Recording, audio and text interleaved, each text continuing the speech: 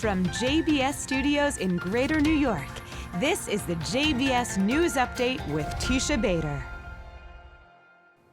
I'm Teisha Bader with the JBS News Update for Friday, January the 31st, 2020.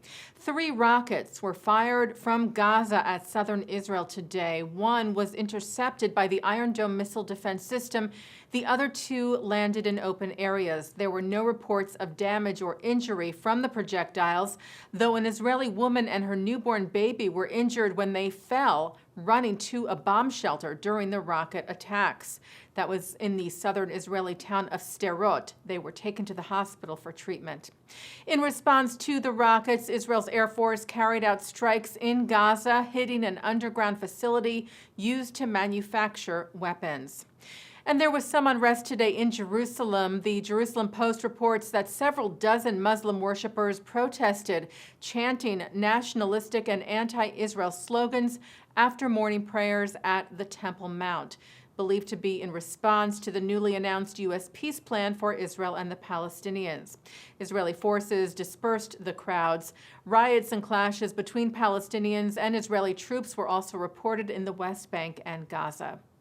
And responding to Palestinian rejection of the U.S. plan, U.S. Secretary of State Mike Pompeo said this week that Palestinian leaders were free to come up with a counteroffer if that's what they think is appropriate. He told reporters, "I know the Israelis would be prepared to sit down and negotiate on the basis of the vision that the president laid out." Meanwhile, Hebrew media reported that there will not be a cabinet meeting at the Knesset this Sunday to approve extending Israeli sovereignty over the Jordan Valley and Israeli settlements in the West Bank, which the U.S. plan mentions. Right after President Trump announced the peace plan on Tuesday, Israeli Prime Minister Benjamin Netanyahu said he would call a meeting on Sunday to vote on annexation. In the interim, though, the U.S. has indicated that it would like the issue to be put on hold until after the upcoming Israeli elections on March the 2nd. Israel police are investigating an apparent hate crime against Palestinians. An empty classroom in the Palestinian village of Ein Abus in the West Bank was set on fire earlier this week, and Hebrew graffiti spray-painted nearby suggested revenge over illegal Jewish homes that were demolished by the IDF the previous week. The arson is thought to be a price tag attack committed by Jewish Israeli extremists. A woman who slapped 3 Orthodox Jewish women walking down the street in Crown Heights, Bklyn, New York last month has now been charged with federal hate crimes. U.S. Attorney General William Barr announced the decision to charge Tiffany Harris while meeting earlier this week with Jewish community leaders in Bklyn. He said these are the kinds of cases that maybe in the past would have been treated locally, but I think it's important for the federal government to plant its flag.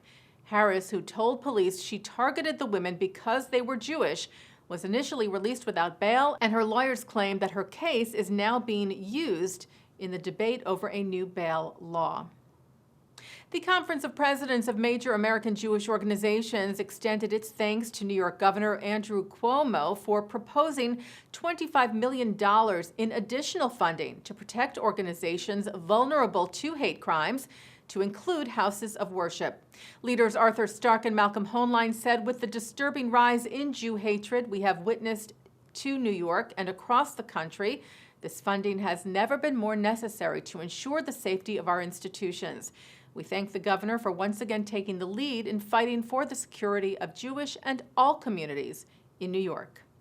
Taking a look now at our programming for tonight on JBS for Friday, January the 31st. Live Shabbat services are coming up from Central Synagogue, followed by a performance from musical group Pharaoh's Daughter. Then at 7:50, remarks from Rabbi Meir Lau at the 92nd Street Y. At 8:50, it's the film Auschwitz Escape, followed by Eagles over Auschwitz. And then at 10:20, we bring you a Kabbalat Shabbat service from the Hampton Synagogue. And coming up right after this newscast, a look at this week's Torah portion. And that's the JBS News Update for Friday, January the 31st, 2020. I'm Teisha Bader. Shabbat Shalom.